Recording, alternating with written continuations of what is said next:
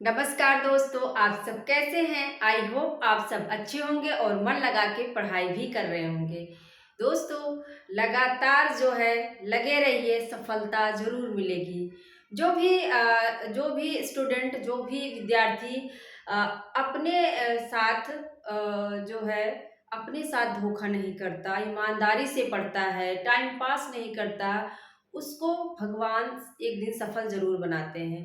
और जो लोग ऐसे ही इधर-उधर मौज-मस्ती कर रहे हैं, मोबाइल में टाइम पास करना, रील्स देखना, तो दोस्तों वो अपने साथ धोखा तो कर ही रहे हैं और दूसरों को भी धोखे में रखे हैं कि मैं पढ़ाई कर रहा हूँ। दोस्तों लगातार आप लग के एकदम एक जो होता है टाइम टेबल के हिसाब से, टाइम टेबल कहने का मतलब कि आपका ये नहीं कि आप पूरा दिन-रात पढ़े ही जा रहे हैं। आपका खाने का टाइम होना चाहिए, सोने का टाइम होना चाहिए और पढ़ने का भी एक टाइम होना चाहिए। कुछ लोग हैं बस पढ़े जा रहे हैं। दोस्तों जब आप लगातार पढ़ते हो तो ये दिमाग है, कंप्यूटर नहीं है कि सारी चीज़ें कैच कर लेगा।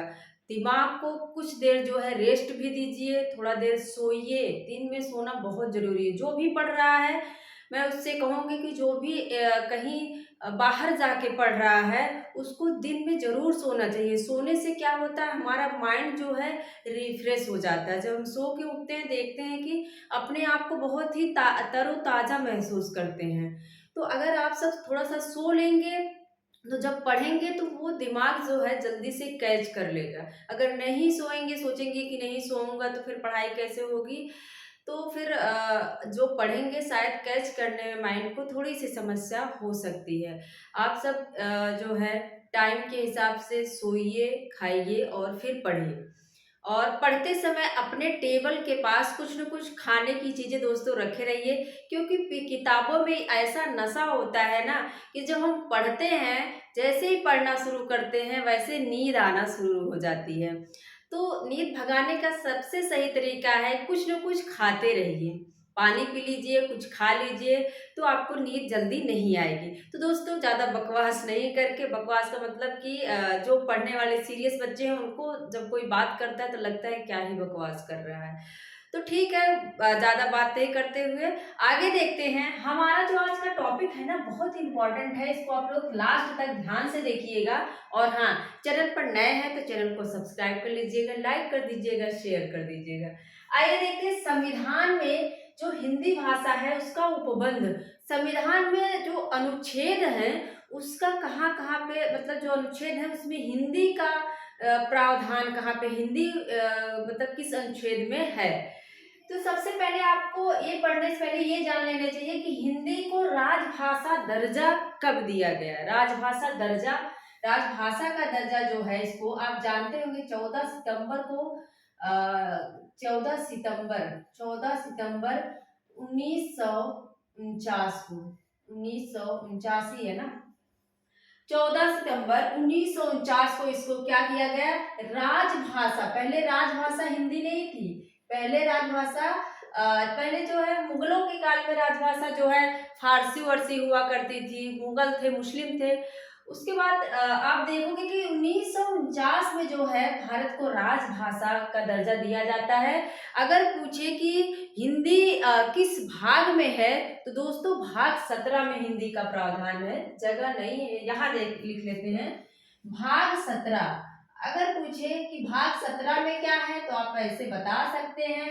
हिंदी भाषा का प्रावधान जैसा कि आप जानते होंगे कि 22 भाग होते हैं, अनुच्छेद 395 अनुच्छेद है, 22 टोटल भाग होते हैं और जो है 12 अनुसूचियां होती हैं। तो अनुसूची में अगर पूछ ले तो जो 8वीं अनुसूची है, 8वीं अनुसूची इसमें जो है हिंदी भाषा का प्रावधान मिलता है। तो आप लोगों को ये मोटी-मोटी चीजें याद होनी चाहिए। राजभाषा का दर्जा 14 सितंबर 1949 को मिला और भाग 17 में इसका उल्लेख मिलता है। अनुसूची अगर पूछता है तो 8वीं अनुसूची में इसका उल्लेख मिलता है। आप जानते हैं कि मूल संविधान में कितनी भाषाएं थी, तो 14 भाषाएं कितनी थी, 14 भाषाएं थी। इसके बाद बहुत सारे संविधान संशोधन होते हैं, तब जाके उसमें और भाषाओं को जोड़कर टोटल कितनी है अभी 22 भाषाएं हैं। कितनी है 22। अगर आप देखिए तो होता है 21वां संविधान संशोधन। कौन सा 21वां होता है, जिसमें सिर्फ एक जोड़ी जाती है। कौन सी है? सिंधी। आप सब जानते होंगे सिंधी कौन सी है? सिंधी, जो ब्राह्मण अपभ्रंश से निकली हुई है। सिंधी को जोड़ा जाता है 21वां संविधान संशोधन। इसके बाद होता है 71वां संविधान संशोधन। इसमें 3 भाषाएं जुड़ती हैं, जिसकी ट्रिक है नमक। क्या है? नमक। ना से हो गया नेपाली। दोस्तों थोड़ा ज्यादा कम है तो आप लोग से माफी चाहती हूँ। नेपाली। माँ से हो गया मणिपुरी। क्या है?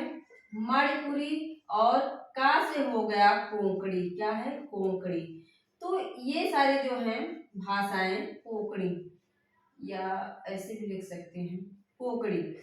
तो अगर आप देखें तो 21वां संविधान संशोधन जब होता है तो उसमें सिंधी जोड़ी जाती है। 71वां होता है तो 3 जोड़ी जाती है, नमक, नेपाली, मणिपुरी और कोंकणी। एक और होता है 92वां संविधान संशोधन 2003 में होता है। इसमें 4 भाषाएं जोड़ी जाती हैं। कौन कौन है? बोडो, डोंगरी, बोडो, बोडो, डोंगरी, मैथिली, संथाली। कौन कौन है? बोडो, डोंगरी, मैथिली और एक है संथाली। तो ये आपको याद होना चाहिए, एग्जाम में पूछ लेगा कि 92वां संविधान संशोधन में कौन सी नहीं जोड़ी गई थी। तो याद होना चाहिए BDMS करके याद कर लो। क्या है? BDMS।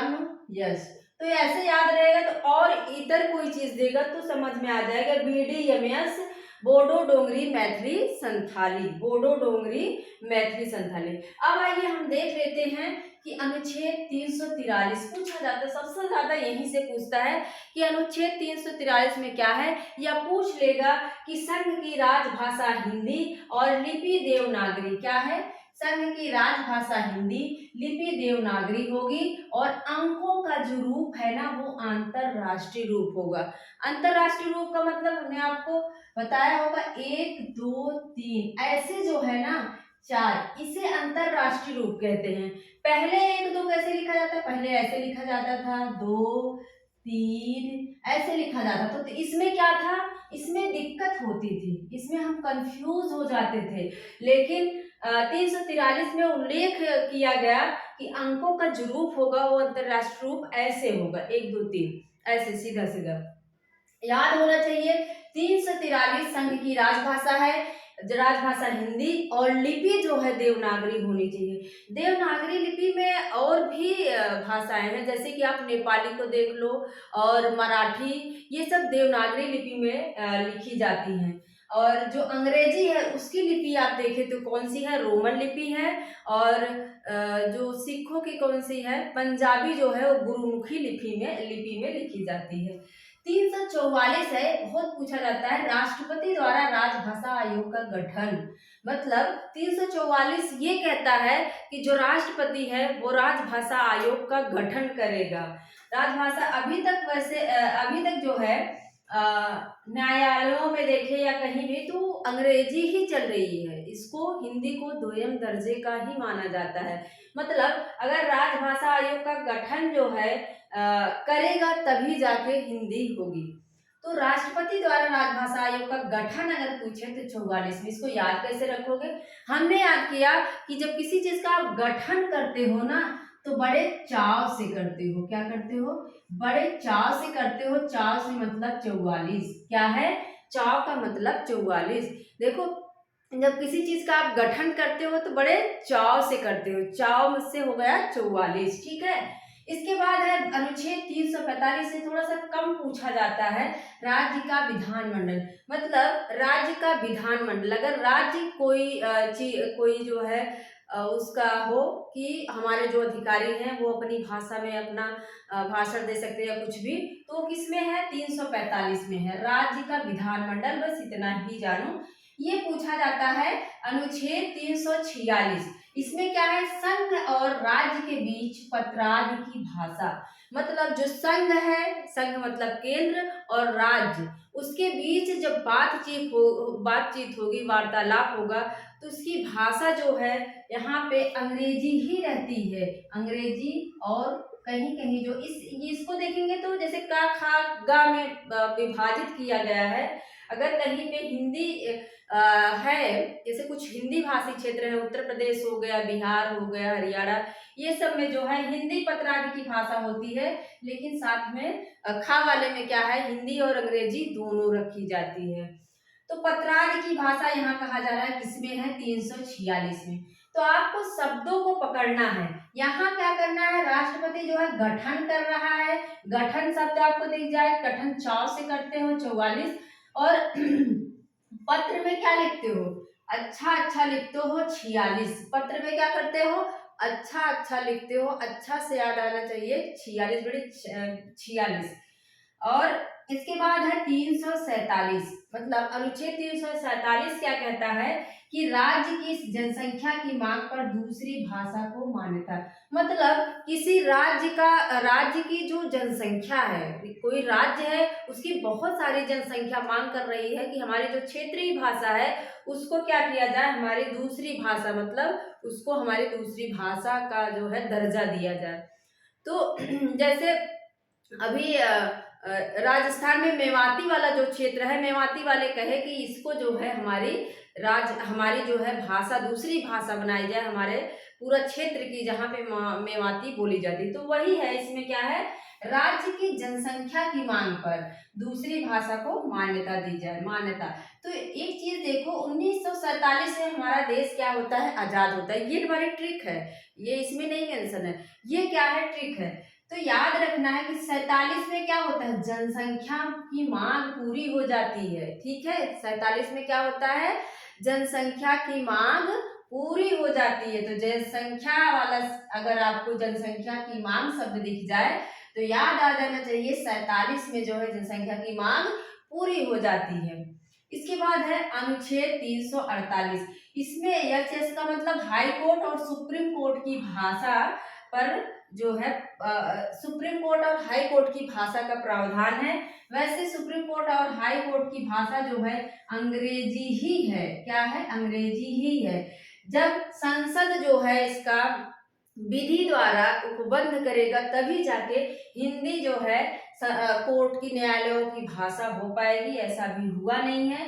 तो 348 जो है याद रखना चाहिए कि कोर्ट में जब हम जाते हैं कोई चीज लेके दोस्तों, तो क्या करते हैं, अड़ जाते हैं, अड़ जाते हैं। क्या होता है, हम अड़ जाते हैं। अड़ से मतलब हो गया 48, इसको याद रख लीजिए। जब आप कहीं न्यायालय में जाओगे, सुप्रीम कोर्ट, हाई कोर्ट में कोई चीज लेके, कोई मुकदमा लेके जाओगे, केस लेके, तो क्या करोगे, आप अड़ जाते हो कि जब तक मुझे यहाँ से जो है जीत नहीं होगी हमारी, तब तक जो है हम हटेंगे नहीं। अड़ने का मतलब है 48। अड़ने का मतलब अड़ते कहाँ हो, न्यायालय में। तो अगर आपको 48 पूछता है, 348, तो याद आ जाना चाहिए कि हम न्यायालय में जाके अड़ जाते हैं, 48। इसके बाद है 49, 349 है संसद में प्रस्तुति। मतलब कोई जो है किसी को अपनी भाषा में, अपनी जो है क्षेत्रीय भाषा में कहीं बोलना है, तो वो क्या करेगा, संसद से प्रस्तुति, संसद में जो है प्रस्तुति अपनी दे सकता है। पहले राष्ट्रपति से वो इजाजत लेता है, फिर जाके वो संसद में प्रस्तुत होता है। ये थोड़ा सा कम चीजें समझ आती हैं और इसको कम पूछा जाता है। इसके बाद देखिए 350 में क्या है, प्रत्येक व्यक्ति किसी शिकायत को दूर करने क्या करता, अभ्यावेदन दे सकता है। मतलब कोई व्यक्ति है, उसे क्या करना है, अभ्यावेदन देना है। तो अपनी जो लैंग्वेज है, उसकी मातृभाषा है, उसमें वो अपना दे सकता है। शिकायत शब्द आपको दिखेगा, देखिए क्या दिखेगा, शिकायत शब्द दिखेगा। तो शिकायत हम कब करते हैं, जब 50 के हो जाते हैं। जब हम 50 की हमारी एज हो जाती है दोस्तों, तब हम क्या करते हैं, हमें बड़ी शिकायत रहती है, ना हमारा हाथ काम करता है, ना पैर काम करता है, मतलब हमारा दिमाग भी इतना एक्टिव नहीं रहता है। चीज़ें क्या है, जब हम वृद्धावस्था को जाते हैं तो धीरे धीरे हमारा क्या होता है, सारी चीज़ें कमज़ोर हो जाती हैं। तो शिकायत कब करोगे, 50 में जब हो जाओगे। जब 50 के हो जाते हो तो आप शिकायत करने लगते हो। तो आपको शिकायत जैसा शब्द अगर दिखे तो आपको शिकायत कब करोगे, जब आप 50 के हो जाओगे। तो 350, और 350 में ही का खा भी है। तो इसको देख लीजिए, पूछा जाता है कि भाषाई अल्पसंख्यक वर्ग के बच्चों को प्राथमिक शिक्षा उसकी मातृभाषा में दी जाएगी। तो इसको याद कर लीजिए कि जब आप 50 के हो जाते हैं तो आपके बच्चे हो जाते हैं, और वही बच्चे कहाँ पढ़ रहे हैं, प्राथमिक में पढ़ रहे हैं। क्या पढ़ रहे हैं, वही। वैसे अल्पसंख्यक वर्गों के लिए है, तो बस याद करना है। हमारी जो ट्रिक है, जब आप 50 के चले जाओगे, जाहिर सी बात है आपके बच्चों के बच्चे हो जाते हैं और प्राथमिक में जाते हैं वो शिक्षा ग्रहण करने। इसके बाद मातृभाषा में उसको शिक्षा दी जानी चाहिए। खा में क्या होता है कि जो राष्ट्रपति होता है वो एक भाषाई अधिकारी का गठन करता है, भाषाई अधिकारी का गठन करता है। और लास्ट में क्या होगा, आप किसी चीज का प्रचार प्रसार करोगे। मतलब 351 में हिंदी भाषा का प्रचार प्रसार दिया हुआ है। अगर एग्जाम में पूछ ले कि 351 में क्या प्रावधान है, तो संघ का यह कर्तव्य होगा कि वह हिंदी भाषा का प्रचार प्रसार करे। प्रचार प्रसार कब करोगे, लास्ट में करोगे, 51 में। कब करोगे, लास्ट में, 51 में। और अगर भाषा से संबंधित कोई दिक्कत आती है, कहीं पे कुछ देखना है, तो जो जो यहाँ पे 8वीं अनुसूची में जो भाषाएं हैं, 22 भाषाएं हैं, उसमें से देखना पड़ेगा। तो जो आप जान लीजिए 351 में क्या है, हिंदी भाषा का प्रचार प्रसार। ज्यादातर इसमें से ये भी पूछा गया, ये भी 46 भी पूछा गया है, 48 भी पूछा जाता है। क्या है, 48 भी पूछा जाता है, 50 तो पूछेंगे, 51। मतलब एक दो को छोड़कर लगभग सारे अनुच्छेद पूछे गए। एक बार फटाफट फिर से देख लो। 343 जो है, संघ की राजभाषा हिंदी, लिपि देवनागरी और अंकों का जो रूप होगा वो अंतरराष्ट्रीय रूप होगा। और इसके बाद गठन कैसे करोगे आप, बड़े चाव से गठन करोगे। तो 4 से 44 राष्ट्रपति गठन करेगा राजभाषा आयोग का। 345 में राज्य का विधानमंडल है। 46 में क्या है, जो है संघ और राज्य के पत्रादि की भाषा है। अब 46 मतलब पत्र कैसे लिखोगे, अच्छा अच्छा लिखोगे ना। पत्र कैसे लिखोगे, अच्छा अच्छा लिखोगे। तो 46, अच्छा 46। इसके बाद 47 में क्या हुआ था, हमारा जो है, हमारी जो भारत की जनसंख्या है वो क्या हो गई थी, वो आजाद हो गई थी। जनसंख्या की मांग पूरी हो गई थी 47 में। तो 347 में क्या है, राज्य की जनसंख्या की मांग पर दूसरी भाषा को मान्यता। कहाँ अड़ जाते हो, हाई कोर्ट, सुप्रीम कोर्ट में जाके आप अड़ जाते हो। तो 48, 348। 49 में क्या है, संसद में प्रस्तुति है। इसके बाद क्या है, 50 में जाके आप शिकायत करने लगते हो, बहुत सारी शिकायतें हो जाती है। तो प्रत्येक व्यक्ति किसी शिकायत को दूर करने या अभ्यावेदन जो दिया जाता है अपनी मातृभाषा में दे सकता है। और 50 में हमारे बच्चों के बच्चे हो जाते हैं, प्राथमिक में जाते हैं पढ़ने और उनकी मातृभाषा में उनको शिक्षा देना चाहिए, ऐसा कहा जाता है। खा में जो है, राष्ट्रपति जो है भाषाई अधिकारी का गठन करता है। इसके बाद 351 है। 351 में संघ का यह कर्तव्य है कि जो है हिंदी भाषा का प्रचार प्रसार करे। आई होप आप सबको ये क्लास जो है अच्छी लगी होगी, काफी मदद होगी इस क्लास से। और मेरा पूरा वीडियो देखने के लिए आपका बहुत बहुत धन्यवाद। मिलते हैं अगले वीडियो में। Thank you.